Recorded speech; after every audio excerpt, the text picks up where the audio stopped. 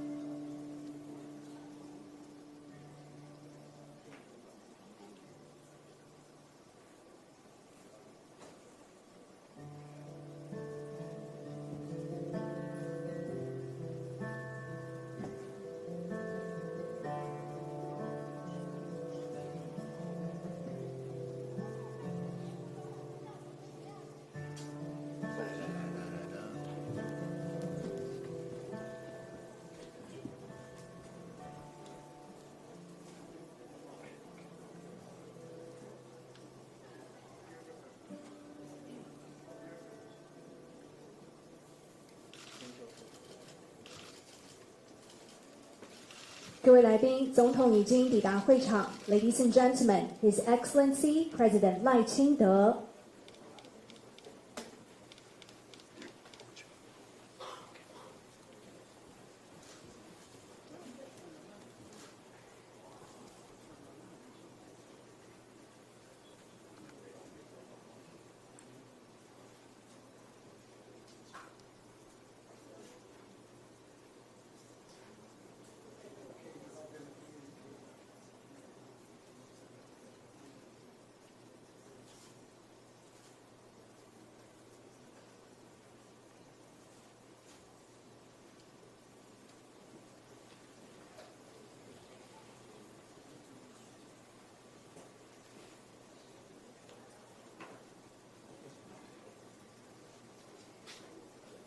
各位来宾，欢迎莅临由台湾民主基金会驻台北以色列经济文化办事处以及德国在台协会所主办的2025国际犹太大屠杀纪念会。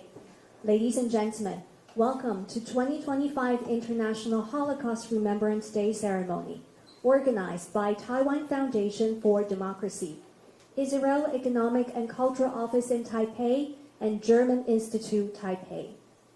2005年，联合国大会通过将1月27日，也就是奥斯威辛集中营解放的周年，定为国际犹太大屠杀纪念日，来纪念在纳粹大屠杀中罹难的600万犹太人和其他数百万的受害者。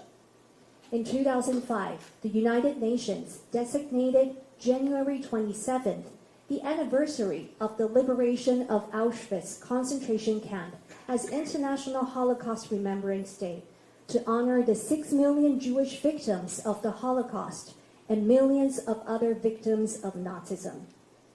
在台湾驻台北以色列经济文化办事处以及德国在台协会也从2016年开始每年举办纪念活动，希望让台湾的社会也能够了解这段历史和人权课题。Since 2016, the Israel Economic and Cultural Office in Taipei and German Institute Taipei have co-hosted events in Taiwan each year, not only to commemorate the International Holocaust Remembrance Day, but also for the Taiwanese society to learn more about the Holocaust and its significance in the advancement of human rights. To begin with, it is our great honor today to welcome a special guest from Israel, Ms. Orly Sela. 今天纪念会一开始，我们非常荣幸能够邀请到一位来自于以色列的特别来宾 Orly Sela 女士。Orly 是犹太大屠杀幸存者的第3代后裔，多年来她肩负着一项特别而且深刻的使命，也就是以第一人称的方式来讲述她祖母的故事，成为记忆的守护者和传承者。她是记忆传承大使计划的推动者之一。透过深情的叙述，让历史得以延续，也让记忆能够持续的发生。Orly is a third-generation descendant of a Holocaust survivor. For many years, she has carried a deeply meaningful mission, that is, to tell the life story of her grandmother in the first person, becoming both a guardian and transmitter of memory. As a key contributor to the Remembrance Ambassador in First Person Initiative, she shares these stories with great empathy and conviction, ensuring that history continues to live and that memory continues to speak. Orly 从小和她的祖母 Judith Bix 共同生活，并且也陪伴祖母走过人生的最后岁月。今天 Orly 将带来祖母的故事，不只是历史的重现，更让我们思索人性如何在极端黑暗中仍发出微光。Orly grew up living with her grandmother, Judith Bix, and was by her side through her final years. Today, Orly will share her grandmother's story, and through her words, we will hear the quiet strengths of a life lived through darkness, and reflect on how light can still emerge from humanity, even in the darkest of moments.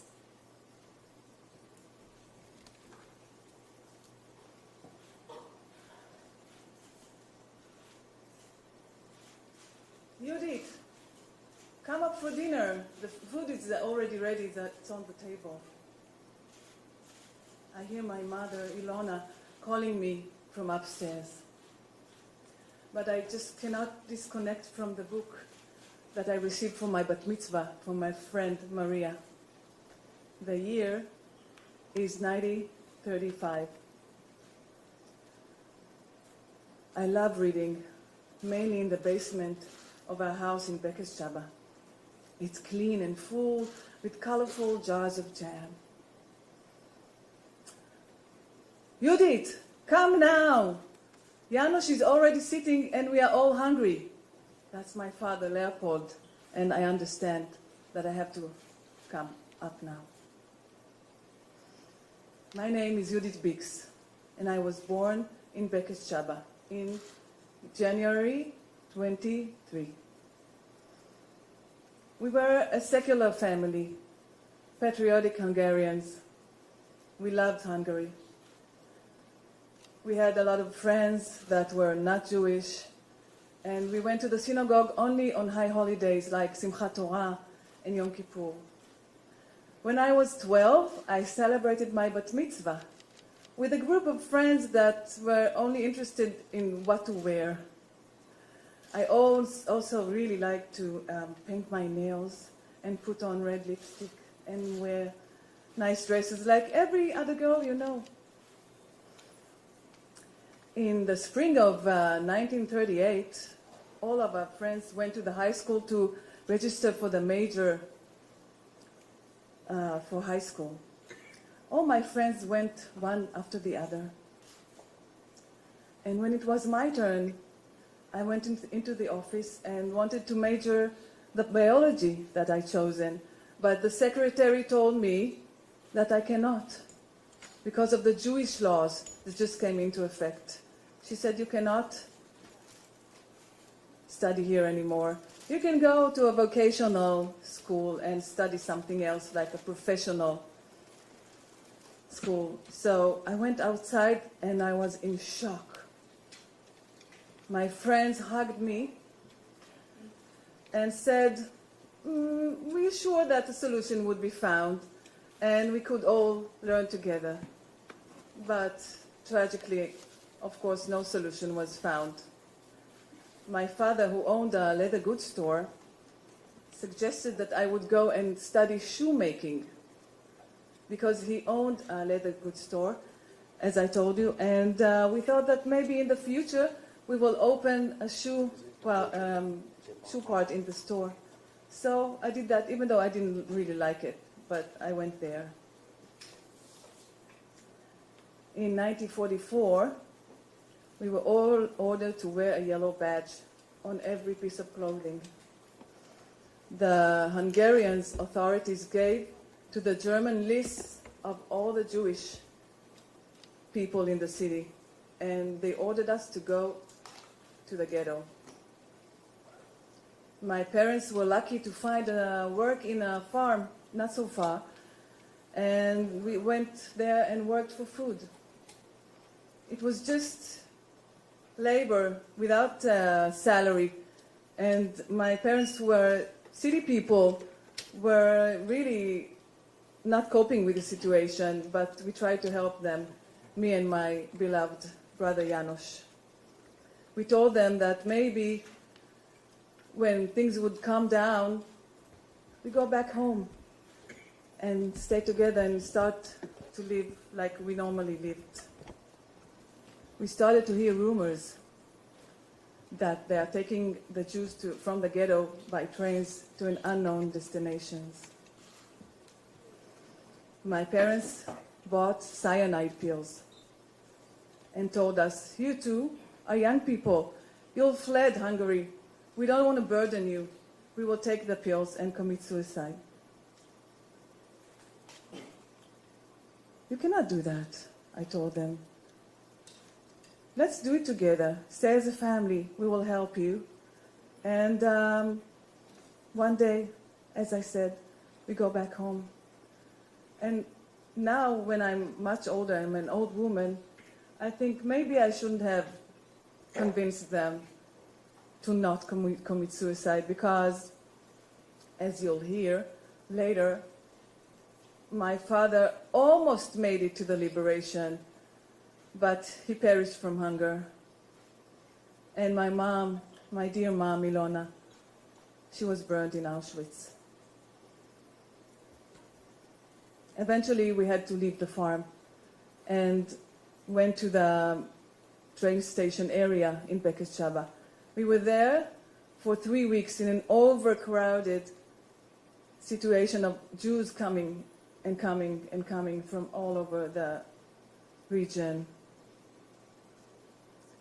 And then they started to put us on the trains, the famous cattle trains. I'm sorry, I'm so emotional. I don't really remember what day they put us on the train or how many days the journey took.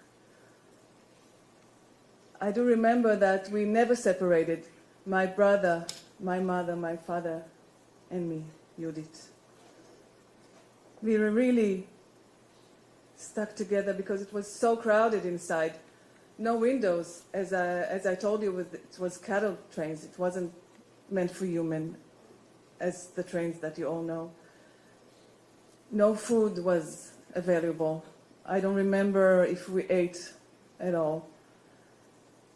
No air was available as well, because the small windows up there were closed. Sometimes the train stopped, but the doors never opened. There was a bucket on the side of the carriage for defecating, but we couldn't reach it, of course, because it was so crowded inside and scary. I was about 19. Yeah, it was horrible. And finally, the train came to a stop.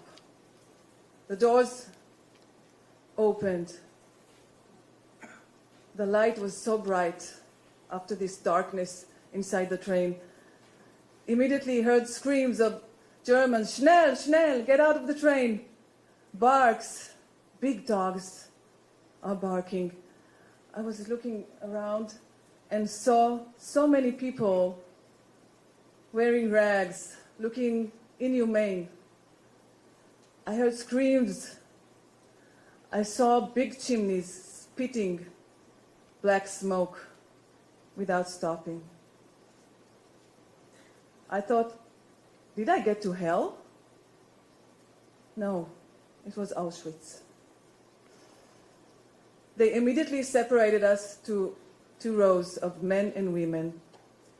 My brother, Janos, went with our father, and I went with my mother.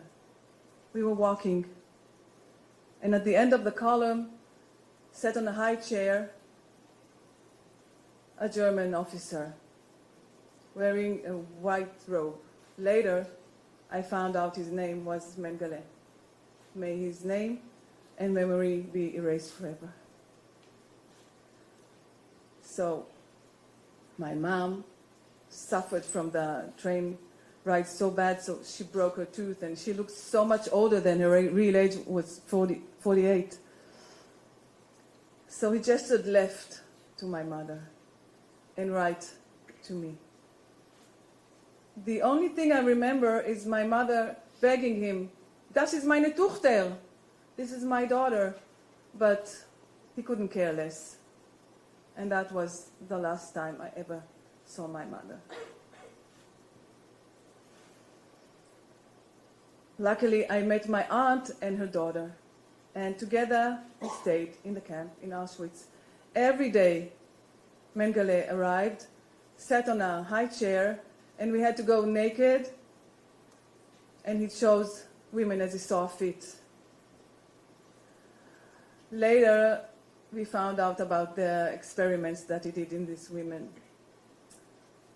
He chose me more than once, but luckily, and I don't know how, instinctively, I managed to hide, and if not, I wasn't here to tell the story. I have stories about every hour in Auschwitz.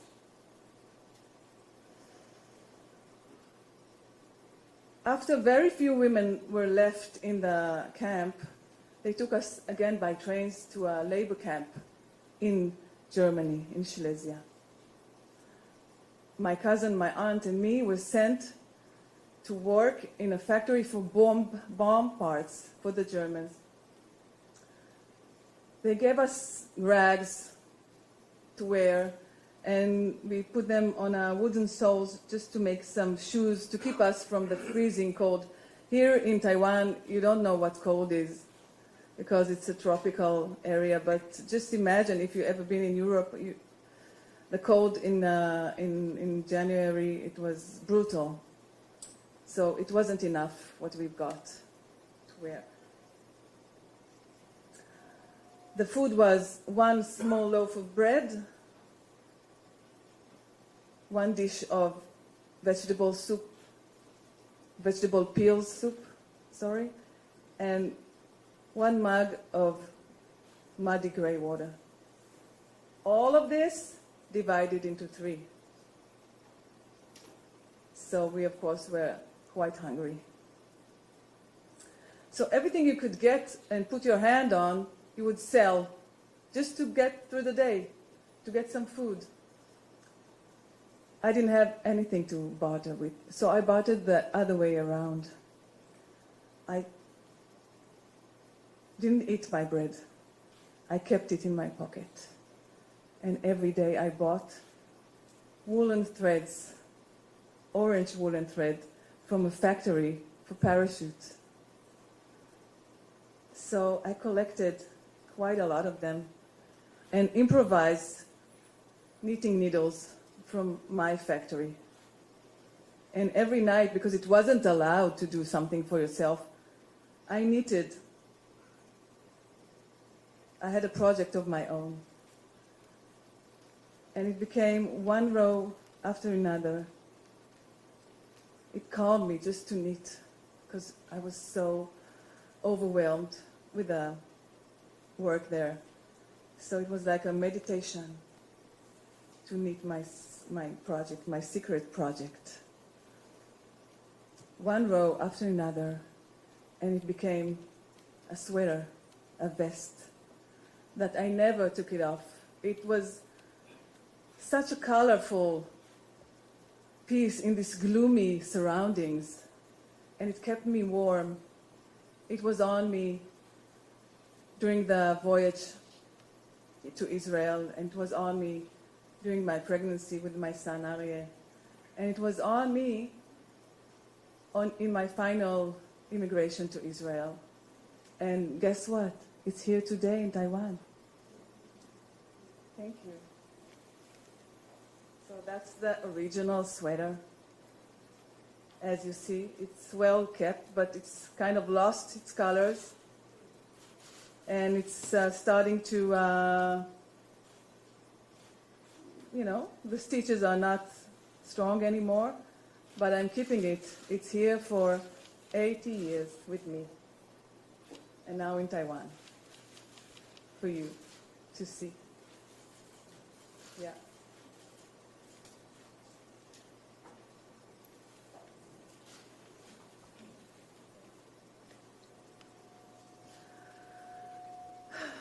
The Germans started to understand that the Soviet army is approaching.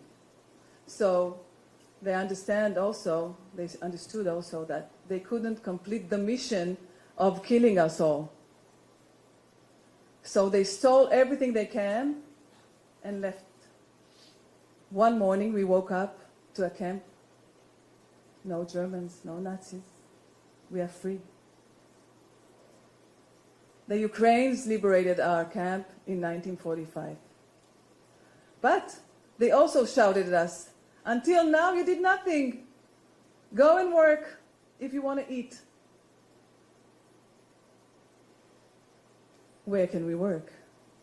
Nobody got anything to give us because Europe was also in a very difficult situation. We managed to find something just to get some food stamps.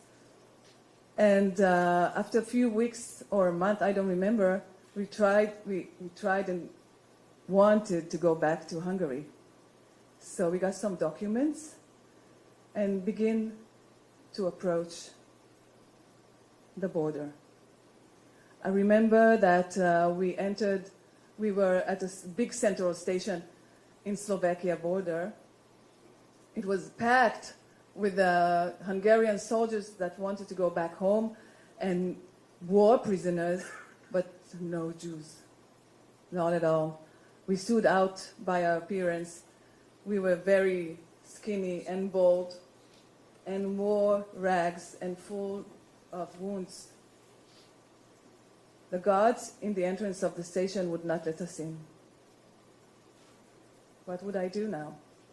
I spotted some horse traders that were moving freely across Europe. So I asked them, maybe you can help me to get home.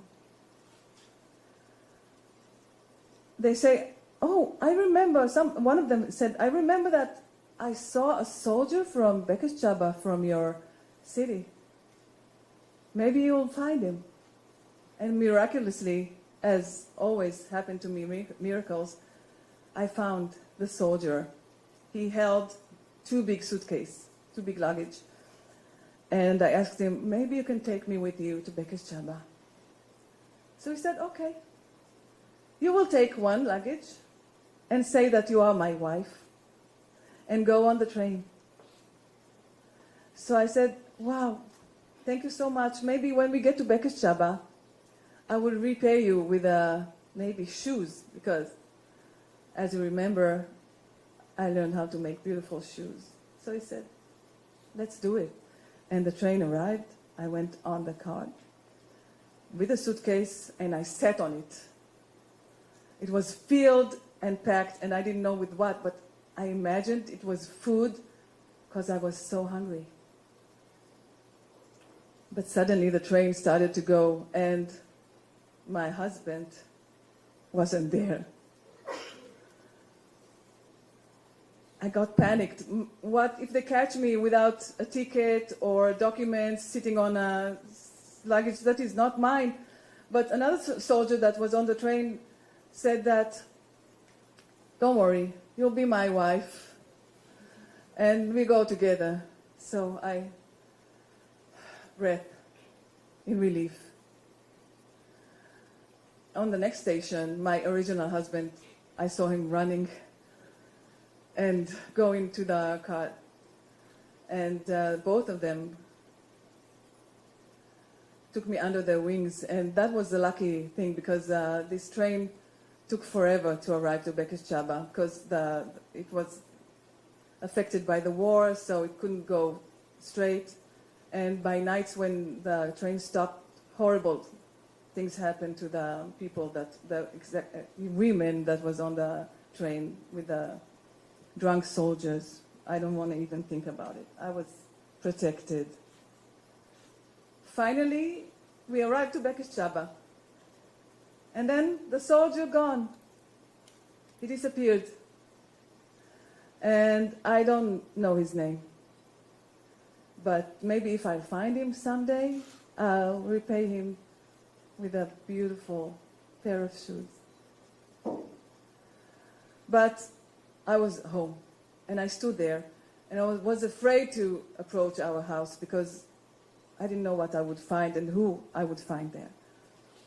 But I started going, and from the main street, people were shouting at me, "Here's another Jew returns.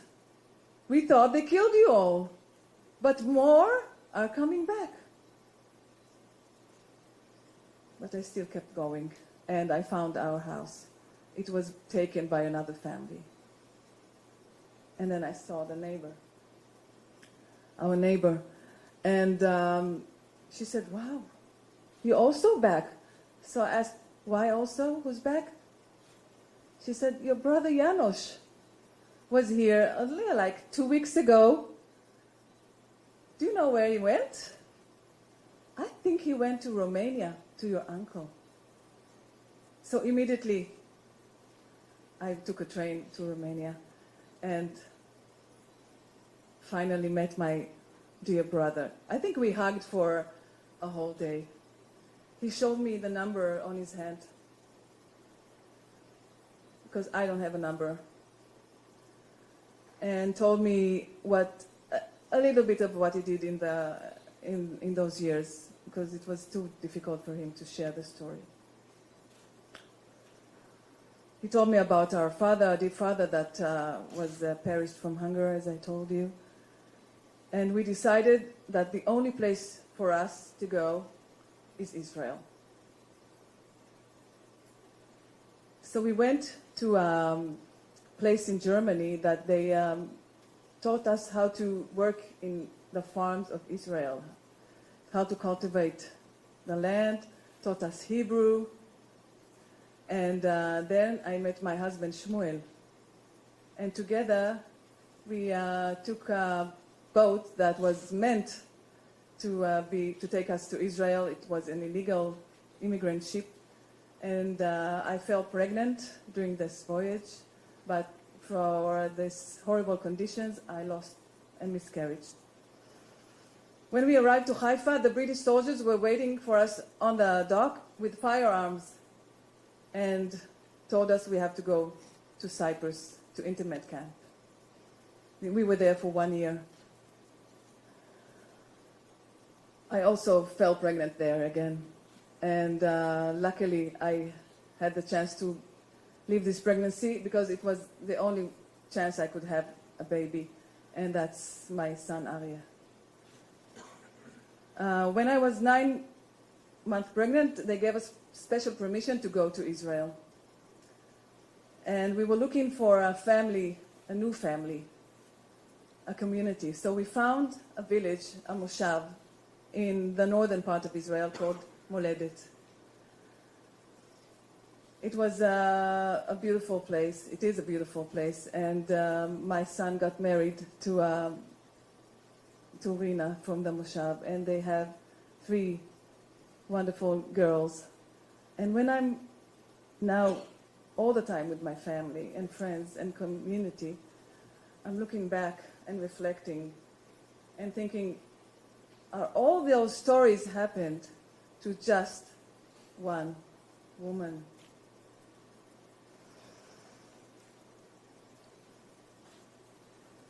thank you for listening. My name is Orly Sela, and I'm super emotional.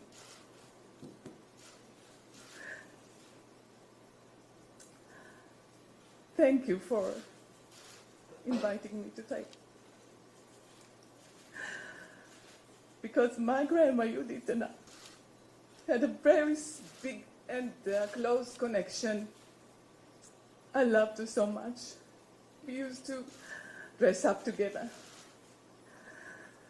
And when she was gone, I was by her side. And since then, it's 20 years or something like that. I think, how can I hold her memory? And then I discovered this organization that called First Person Remembrance Ambassadors, and I studied how to give the story, like the way you heard just now. And when I'm telling this story, and I'm telling it mainly in Hebrew, but a lot in English, I feel that she's here around me, whispering in my ear and comforting me. And I hope that for a brief moment you felt her too. So thank you so much for listening. Thank you.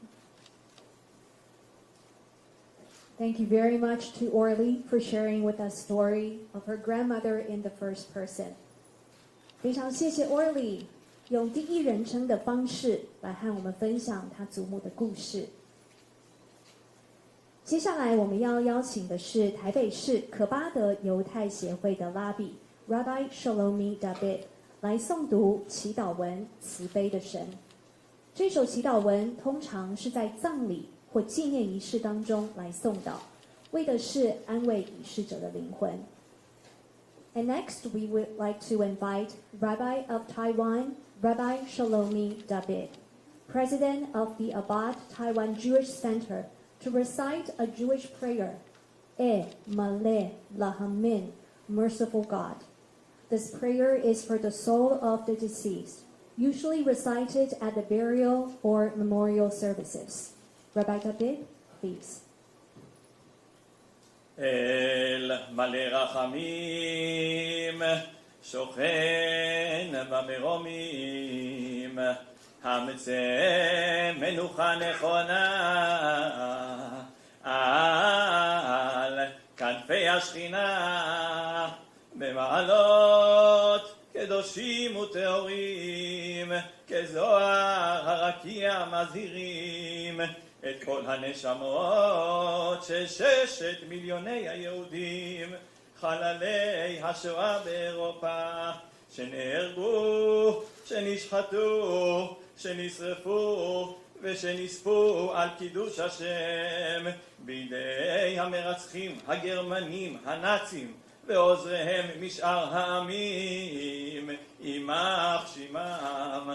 לכן בעל הרחמים יסתירם בסתר כנפיו לעולמים, ויצור בצרור החיים את נשמותיהם. אדוני הוא נחלתם, בגן עדן תהא מנוחתם, ויעמדו לגורלם לקץ הימין, ונאמר אמן. Thank you, Rabbi David. Please take your seat. 紧接着进行点烛仪式，来纪念纳粹德国期间遭受到屠杀的受难者。在荧幕上面也会同步说明每一支蜡烛的含义。We will now light 6 candles in memory of those who were murdered during the Holocaust. To begin with, we would like to invite Mr. Andreas Hovind, Deputy Director General of German Institute Taipei. 首先，请德国在台协会何峰副处长点亮第一根蜡烛。We light this candle in memory of the 1.5 million Jewish children and countless others who perished in the Holocaust. These innocent lives, cut tragically short, remind us of the devastating impact of hatred. May we create a world where every child can live in peace and safety. For the second candle, we would like to invite Representative Maya Yaron of the Israel Economic and Cultural Office in Taipei. 请以色列经济文化办事处尤玛雅代表点亮第二根蜡烛。We light this candle as commitment to Holocaust education and the fight against ignorance and prejudice. We bear responsibility in ensuring that future generations understand the consequences of hatred and deepen our collective humanity. 接下来，请外交部吴志忠政务次长点亮第三根蜡烛。For the third candle, we would like to invite Deputy Foreign Minister, Ambassador Francois Chi-Chong-wu. We light this candle to recognize the courage and humanity of the righteous among the nations, those who risked their lives to save Jews during the Holocaust. Among them, Dr. Hovind, a diplomat who helped thousands of Jews. Their moral courage and selflessness shine as a beacon of hope. 再来，请国家安全会议吴钊燮秘书长点亮第四根蜡烛。For the fourth candle, we would like to invite Secretary General of National Security Council, Dr. 钊燮 Joseph Wu. We light this candle for our collective hope for a world free from anti-Semitism, racism, and all forms of discrimination. May it shine brightly and guide us towards peace, understanding, and mutual respect. 接下来，请台湾民主基金会韩国瑜董事长点亮第五根蜡烛。For the fifth candle, we would like to invite Chairman of Taiwan Foundation for Democracy, Mr. Daniel Han. We light this candle to honor the resilience and strengths of Holocaust survivors. Their stories are a powerful reminder of the human spirit's capacity to overcome darkness and despair, and we bear responsibility to carry their legacy to future generations. May this light symbolize hope and renewal. 最后，让我们恭请赖清德总统点亮第六根蜡烛。For the sixth candle, we would like to invite His Excellency President Lai Ching-te. We light this candle in remembrance of the 6 million Jewish lives lost during the Holocaust. May their memory be a beacon that guides us towards a world of compassion and understanding, ensuring such atrocities are never repeated. 接下来我们进行合影 We will now take a group photo. 请各位先看向中间摄影师的镜头 Please look into our photographers in the center.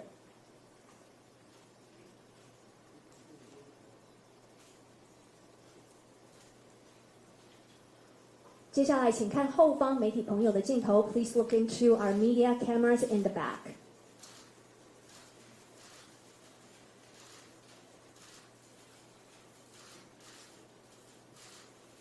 Thank you. Please remain on the stage. 我们接下来邀请以色列议员代表团一起上台合影。And now we would like to invite delegates from the Knesset on the stage for another group photo. Please welcome Parliamentary Advisor Adi Shohan, MK Yoav Sakalovitz, MK Marav Ben Ari, MK Boaz Toporowski, MK Ron Ben Barak, and Secretary General of Hanua Party, Mr. Yoel Hassan.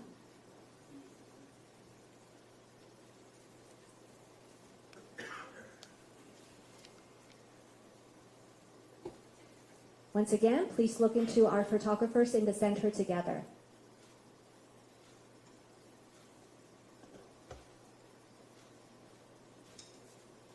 And now please look into the media camera in the back.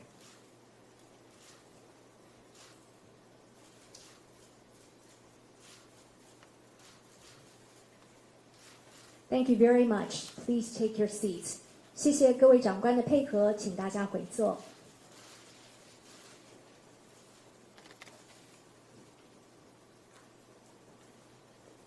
刚才以色列、德国和台湾的代表们为我们点亮了6根蜡烛，一方面是纪念第2次世界大战期间遭受到屠杀的600万犹太人，另一方面也向幸存者和受难者的家人致意。the 6 candles lit by representatives from Israel, Germany, and Taiwan are not only to honor the 6 million Jews who were murdered during the World War II, but also to pay respect to the survivors and families of the Holocaust victims. 接下来，让我们邀请台湾民主基金会韩国瑜董事长上台致辞。And now we would like to invite Mr. Daniel Han, Chairman of Taiwan Foundation for Democracy, to give us some remarks. 赖总统、吴秘书长、吴次长，以及以色列代表的我们马雅处长，还有各位以色列国会议员以及德国和副代表，各位今天现场所有幕后工作的伙伴，各位各地来的贵宾，各位新闻界的好朋友，刚才听到以色列这位朋友阐述他自己 grandma 的故事，我突然觉得喉咙好紧的感觉，心里面听得非常的难过。为了纪念在纳粹大屠杀之中罹难的600万犹太人以及数百万的受害者，联合国大会在2005年11月1日通过，将每一年的1月27号定为国际犹太大屠杀纪念日。自2016年开始，驻台北的以色列经济文化代表处以及德国在台协会，每一年都举办这种纪念活动，希望让台湾社会能够了解大屠杀的历史以及更重要的人权课题。每一年共同办理这样的一个重要的纪念活动，希望也让台湾民众能够了解这段历史，避免再度发生同样的悲剧。今年是20世界大战结束80周年，联合国秘书长古特雷斯先生在1月27号联合国纪念大会国际犹太人大屠杀之中强调，纪念大屠杀是必要性，是为了确保这场悲剧的教训永远不会遗忘，永远不会再发生。今天我们透过国际幸存者的后代在这里提供了第一手的证词，犹太教的拉比，以及诵念着祈祷文以及点蜡烛的仪式，一起来悼念在2战期间大屠杀的犹太民族受难者。作为一个文明的社会，政治可以有对立，立场可以不同，但我们对历史、对人权都应该展现基本的尊重。在缅怀受难受害者的同时，包括领导者与每一位公民朋友，我们都有责任，必须倾听以及了解幸存者及受害者的心声，采取行动，避免危害人类人性的可怕罪行再次发生。台湾民主基金会成立以来，我们所信奉的核心价值以及理念，是为民主及人权是民主国家共同的语言，更是全球民主同盟共同坚守的普世价值。透过今天的这样的一个纪念活动，我们希望能够让台湾的民众更深刻地了解这段历史，同时也能学习以色列与德国如何能够面对历史的悲剧，又能够再一次共同的携手努力，避免同样的悲剧再次发生。最后要再一次感谢远道而来的以色列的国会议员，还有很多幕后工作的伙伴们，希望世界能够永保和平，祝福大家。谢谢董事长，请董事长回座。再来，让我们邀请德国在台协会何峰副处长上台致辞。And next, we would like to invite Mr. Andreas Hovind, Deputy Director General of German Institute Taipei, to give us some remarks. Dear Maya, President Lai, Secretary General Wu, Deputy Minister Wu, Chairman Han, distinguished guests from Israel, members of the Knesset, Selah, ladies and gentlemen. Thank you for giving me the honor to speak on behalf of the German Institute and also to represent Germany today. My birthday is the 27th of January. I was born many years after the end of the Second World War, and on January 27th, as we heard many times, 1945, the concentration camp of Auschwitz was liberated. Today, the 27th of January, marks the International Day of Holocaust Remembrance, and it's a day of commemoration, of remembrance, but also of shame. I was born in Germany to German parents, themselves part of the first generation born after the war and the Holocaust. My grandparents lived through these dark times. In our families, too, not everyone stood by as idle witnesses. Some supported the inhuman policies and actions, others fought as soldiers, and there were even members of the National Socialist Party. Therefore, as a German, born years after the end of the Nazi tyranny, I feel shame and a responsibility to remember the Holocaust, this darkest chapter of human history, a chapter that we Germans have written with the blood and the tears of the victims. My generation is not guilty, yet as Germans, I think we must accept this shame and responsibility. This year we mark the 80th anniversary of the end of the Nazi regime, the Second World War and the Holocaust. At places like Auschwitz or Dachau or Buchenwald, survivors, officials, religious leaders and citizens gather once more as we have gathered here today. They gather to remember the unthinkable suffering of the victims and to recommit to the values that made peace, dignity and democracy possible, and to renew a solemn vow: what happened then must never happen again. In Germany, the culture of remembrance has become a cornerstone of our democracy. It teaches us that freedom is fragile and that the seeds of hatred and indifference must never be allowed to take root again. But Germany's journey of remembrance is neither perfect nor can it ever be completed. And we must never feel too confident. Memory, too, can be very fragile. According to a recent survey, over 50% of Germans believe it's time to draw a line under the Nazi past. And these are not just numbers. These are signs of erosion of empathy, of awareness, of historical responsibility, and of the core of our democracy and humanity.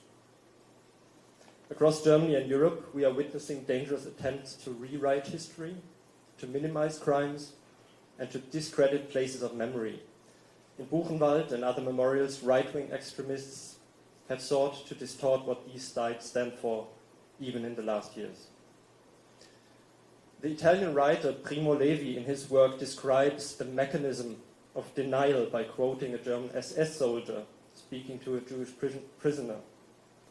However this war may end, we have won the war against you. None of you will be left to bear witness. But even if some of you survive, the world would not believe you. That is why, as Germans, irrespective of our age, as the children and grandchildren of the generation of perpetrators, we must be clear. Forgetting about history is not an option. Distortion of history is not freedom of opinion. And silence is never neutral. It is essential that we continue along the path of remembrance, and we are not alone on this path. Taiwan and Israel both know the power and the pain of history and remembrance. In Israel, the memory of the Shoah, as I understand it, is not only about mourning, it's also about justice, and it's about resilience. In Taiwan, we see an increasingly open engagement with difficult chapters of Taiwan's past, a courageous and necessary step for every democracy. I'm very grateful to our friends from Taiwan for making this event today possible once more. Your engagement and presence honor the universal importance of memory and human dignity. To our Israeli guests, to the survivors, children and grandchildren, your story reminds us that remembrance must never be a burden, it's a moral duty. It's a responsibility that we, as younger generations of Germans, have inherited and that we will honor. Events of remembrance as the one today are not only essential to preserve the memory of what was, but also to renew the pledge of never again.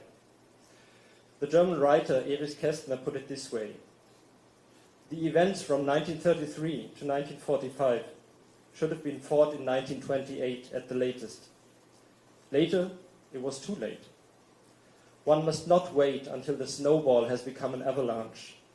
One must crush the rolling snowball.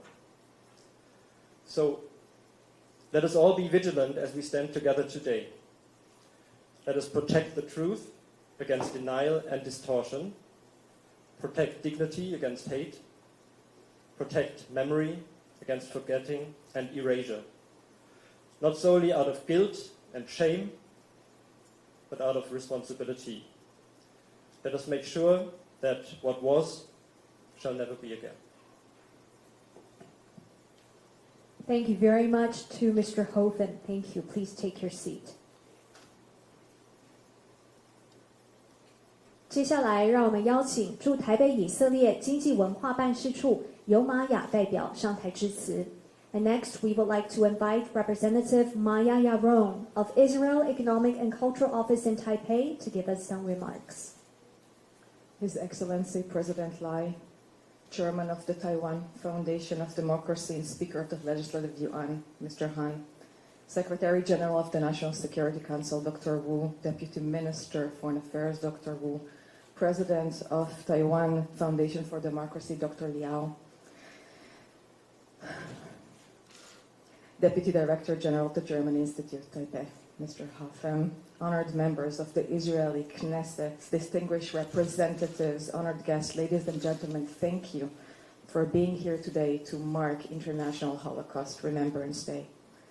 We're standing here today thousands of miles away from Europe, and where World War II happened 80 years ago with the Holocaust. Yet we stand here together, bound by our shared commitment to education, tolerance, and the pursuit of coexistence within our democratic societies. Today we remember the 6 million Jewish men, women, and children whose lives were stolen by hatred. We remember the families torn apart, the communities destroyed, and the Jewish civilization that was nearly erased. The Holocaust was not only an attack on the Jewish people. It was an assault on humanity itself. It's a grim warning that is relevant also today, also here in Asia, of what happens when hatred is allowed to fester unchecked. For our speaker, Orly, for me personally, for many Israeli families and people, the Holocaust is not just history, it is personal. My own family carries its scars, and its echoes live in my family from generation to generation. Stories of loved ones lost, of a world that looked away when it mattered most. These stories deserve to be remembered and told, and they serve us as a reminder that the lessons of the past are never truly behind us. Thank you, Orly, for sharing your grandmother's story with us. During the past years, we have dedicated much time and effort here in Taiwan to promote Holocaust history and education. Unfortunately, many are not yet familiar with the important lessons of the Holocaust and the current day's rise in discrimination against Jewish people. The Holocaust is seen as a European tragedy, far away and disconnected from Asia's experience. Yet, the atrocities of October 7 were not just an attack on Israel. Again, once again, they were an attack on the shared values of humanity. The images and testimonies that emerged from that day, the systematic targeting of civilians, the deliberate cruelty, brought back memories of the darkest chapters of Jewish history. But there is a difference now. Today, Israel stands strong. Jews have an army that defends our people, a society that is refusing to be broken, and a global community, including here in Taiwan, of friends that continue to stand with us. We will never again be defenseless, and we will never again allow history to repeat. Taiwan, too, has known oppression, struggle, and the fight for dignity. The lessons of the Holocaust are universal, and they're relevant also to Taiwanese people. They teach us the dangers of silence, the consequences of hatred, and the necessity of vigilance. This is why the work of the Taiwan Foundation for Democracy and events like this one today matter so deeply. They ensure the memory is not just preserved but shared, that history is not just remembered but learned from. This year, Israel assumed the presidency of the International Holocaust Remembrance Alliance, a global organization dedicated to preserving the memory of the Holocaust and combating anti-Semitism. In this leadership role, we call on global partners to pledge to educate, to ensure that the memory of the Holocaust is passed on, not just as history, but as a warning and a moral obligation, to pledge to confront hate, to build bridges instead of walls, to foster understanding instead of division, and to create a future where these atrocities will never happen again. I look forward to Taiwan's government, parliament, organizations, and universities to actively join the universal pledge of the International Holocaust Remembrance Alliance definition of anti-Semitism. As long as we carry the lessons of the past with us, as long as we stand together in defiance of hatred and racism, we create together a better future and a better hope. Thank you very much. Thank you very much to Representative Yaron. 如同有代表所分享的，今天这样的纪念会活动重要而且意义深远，让大屠杀历史的记忆得以保存和分享。也希望透过纪念活动，让更多人能够感受到这段历史的真实重量，并且在我们心中种下更深的理解和尊重。接下来，让我们恭请赖清德总统上台致辞。And now, please welcome His Excellency President 赖清德。Member of the Israeli Knesset and Taiwan Friendship Group, Chair Boaz Toporowski. Israel Economic and Cultural Office in Taipei, Representative Maya Yaron. German Institute Taipei, Deputy Director General Andreas Hovind. Taiwan Foundation for Democracy, Chair Han Guoyu. National Security Council Secretary General Wu Zhaoxie, Deputy Minister of Foreign Affairs Wu Zhenzong, Mrs. Oli Sarah, granddaughter of Holocaust survivors, Mrs. Jehudit Biggs, distinguished guests, good afternoon. To begin, I want to thank the Israel Economic and Cultural Office in Taipei, German Institute Taipei, Taiwan Foundation for Democracy, and Ministry of Foreign Affairs for co-organizing this deeply significant memorial ceremony again this year. I also want to thank everyone for attending.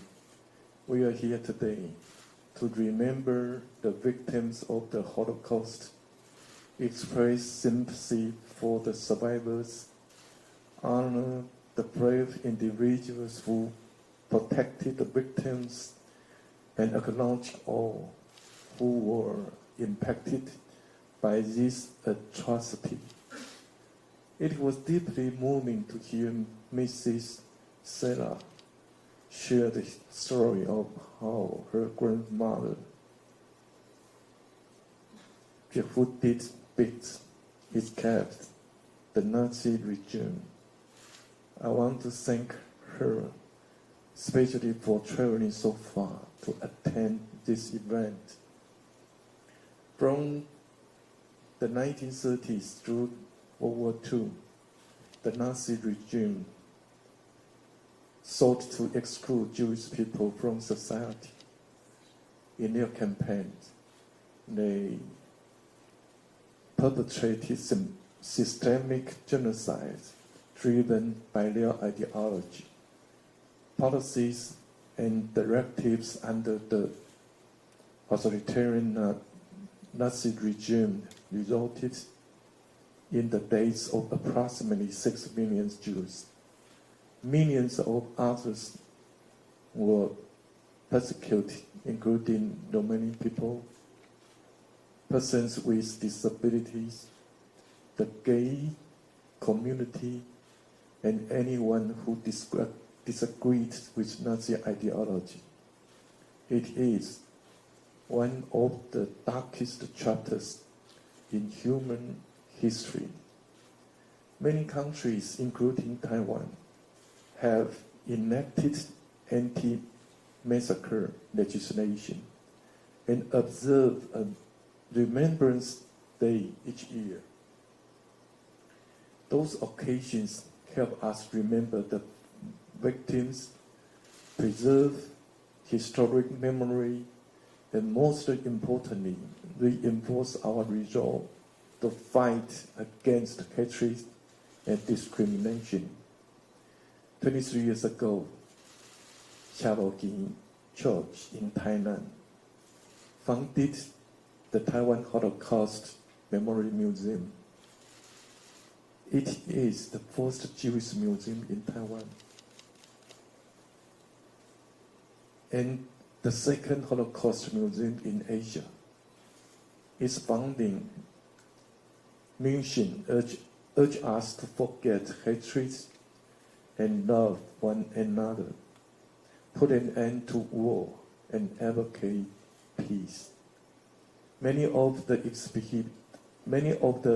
exhibition items come from Jewish people, connecting Taiwan closer with Israel and helping Taiwanese better understand the experiences of Jewish people. In this way, we grow to more deeply cherish peace. When I was mayor of Thailand, I took part in an exhibition event at Yaron Church. I was also invited by the Israeli government to join the International Mayors Conference in Israel, where I visited the World Holocaust Remembrance Center. I will never forget how deeply that experiences moved me, and as a result, peace and human rights became even more important issues for me. These issues are valued by Taiwan and our friends and allies. They are also important links connecting Taiwan with the world. Peace is priceless, and war has no winners. We will continue to expand cooperation with democratic partners and safeguard regional and global peace and stability. We will also continue to make greater contributions and work with the international community to defend democracy, freedom, and human rights. This year also marks the 88th anniversary of the end of World War II. However, we still see wars raging around the world. We see a resurgence of authoritarian powers, which could severely impact global democracy, peace, and prosperous development. Today's event allows for more than reflection of the past. It also serves as a warning for the future. We are reminded of the threats that hatred, prejudice, and extremism pose to humanity. But we are also reminded that morality democracy and respect for human rights are powerful forces against violence and tyranny. We must never forget history. We must overcome our differences and join in solidarity for a better future. Let's work together to ensure that the next generations live in a world that is more just and more peaceful. Thank you. Thank you very much to President Lai. 谢谢总统，非常感谢总统莅临今天的纪念会，让我们恭送总统离场。Ladies and gentlemen, let us once again thank President Lai for attending the event today. 各位来宾，我们今天聚集在一起，不只是纪念犹太大屠杀的历史，同时也期许大家持续的努力，为我们的后代建立一个更自由、更有包容力的社会。Ladies and gentlemen, we gather here today not only to remember the historical meaning of the Holocaust, but also to remind us to continue striving to build a more tolerant and free society for our future generations. 今天我们的纪念会活动到这边圆满的告一个段落，非常感谢大家的参与。Ladies and gentlemen, this concludes the event today. Thank you very much for joining us. 再一次谢谢各位今天的莅临。离场的时候也请记得您随身携带的物品。祝福各位健康、平安、顺心。Thank you once again for joining us today. Please don't forget your personal belongings as you leave. Thank you and good day.